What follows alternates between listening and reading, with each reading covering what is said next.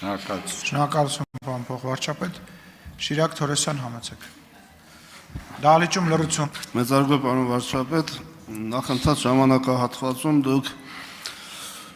բալանսավորված դիվանագիտական կարևոր շրջագայություն ունեցաք Մոսկվա, ապա Նյու Յորք, ապա Ստրասբուրգ։ Մոսկվայում ատոմային ֆորումի շրջանակներում անձնական հանդիպում ունեցաք Ռուսաստանի Դաշնության նախագահի հետ, դատելով մուտքի խոսքերից եւ երկու պետությունների պաշտոնական հաղորդագրություններից այդ շփումները առնվազն ջերմ եւ բարեկամական մթնոլորտում անցան, ապա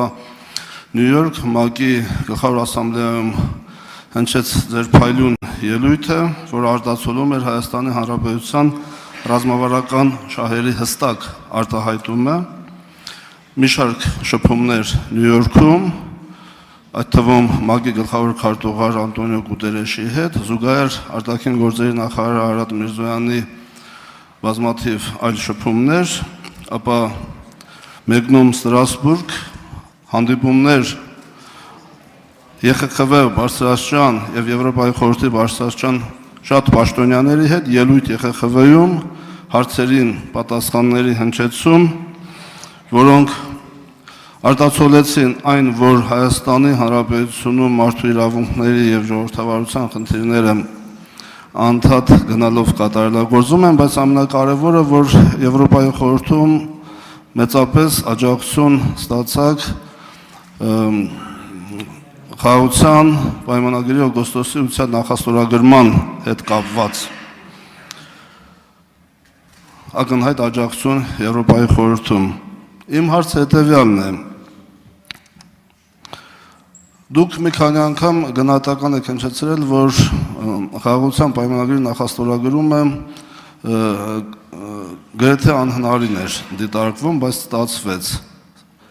Բալանսավորված եւ բալանսավորման արտաքին քաղաքականությունը եւս հեշտ չի ու շատ բարդ է։ Ինչու՞մն այս ամենի հաջողության գաղտնիքը։ Շնորհակալ եմ։ Հաջողության գաղտնիքի մասին կխոսի Հայաստանի Հանրապետության վարչապետ Նիկոլ Փաշինյանը, համեցեք պարոն վարչապետ։ Շնորհակալ եմ պարոն Թորոսյան հարցի համար, իրականում գիտեք ձեր հարցը շատ կարևոր է, հետևյալ տրամաբանությամբ, որովհետև հիմա ես կարդում եմ, նախկինում ես կարդում էի մեր հավասարակշռված եւ հավասարակշռման արտաքին քաղաքականության վերաբերյալ ներհայաստանյան մեկնաբանությունները եւ զարմանում, հիմա էլ կարդում եմ միջազգային մեկնաբանությունները եւ զարմանում։ Հիշում եք այս ամբիոնից մի քանի անգամ ասել եմ, որ պետք չի գործընկերությունը շփոթել ամուսնության հետ եւ ընդհակառակ ամուսնությունը շփոթել գործընկերության հետ եւ հիմա գիտեք ինչն է, որ ամեն այցից հետո մեկնաբանություններ են հնչում, որոնք կարիք ունեն պարզաբանման։ Երևի թե բալանսավորման եւ բալանսավորված արտաքին քաղաքականությունը ինքը կարիք ունի պարզաբանման։ Ինչու՞, որովհետև նախկինում մենք խոսել էինք, որ եւ այս օրինակը կարծում եմ շատ հստակ է ցույց տալիս, մասնավորապես նոր միջուկային ռեակտոր կառուցելու մեր փնտրտուքների մասին եւ ես միջազգային մամուլի արձագանքներից հասկացա, որ մեր դիրքորոշումը կամ լավ պարզաբանված չի, կամ պարզապես այդ պարզաբանումը չի հասել հասցեատերերին։ Մենք կայացրել ենք ռազմավարական որոշում, որ մեր հաջորդ միջուկային ռեակտորը լինելու է փոքր մոդուլային։ Մենք դա բազմակողմանի քննարկում ենք ունեցել եւ այդ որոշումը կայացրել ենք։ Հիմա հաջորդ հարցը. ում հետ ենք մենք կառուցելու, ում հետ ենք գործընկերություն անելու։ Մենք մեր բոլոր գործընկերներին, ովքեր նման բան ունեն, նման տեխնոլոգիա ունեն կամ կարող են ունենալ, մենք բոլորին հարցրել ենք, ասել ենք դուք կնեղսրտեք, եթե մենք այս թեման քննարկենք նաև մյուսների հետ։ Բոլորը ասել են, որ ոչ։ Հիմա ինչ եմ ասում, որովհետև երբ որ ես գնում եմ Մոսկվա, ասում են վերջ, ուրեմն որոշվել է, որ Մոսկվայի Ռուսաստանի հետ է կառուցվում։ Միացյալ Նահանգների հետ հուշագիր ենք ստորագրում ու նոր գնում Մոսկվա, ասում են, բա հուշագիրը ստորագրեցին, ինչի գնացին Մոսկվա։ Գնում ենք Չինաստան, ասում են, բա չհասկացանք, հիմա մենք շատ թափանցիկ ասել ենք, որ այս պահին մենք ուզում ենք ստանալ առաջարկներ։ Եվ մենք այսօր նման խոսակցություն ունենք եւ Միացյալ Նահանգների հետ, եւ Ռուսաստանի հետ, եւ Չինաստանի հետ, եւ Հարավային Կորեայի հետ, եւ Ֆրանսիայի հետ։ Եվ որ առաջարկը մեզ, ընդ որում մենք քաղաքական կոմպոնենտ չենք դնում ընդհանրապես։ Մենք ասում ենք կոմերցիոն եւ տնտեսական շահավետության առումով մենք պետք է նայենք, որ առաջարկն է մեզ ձեռնտու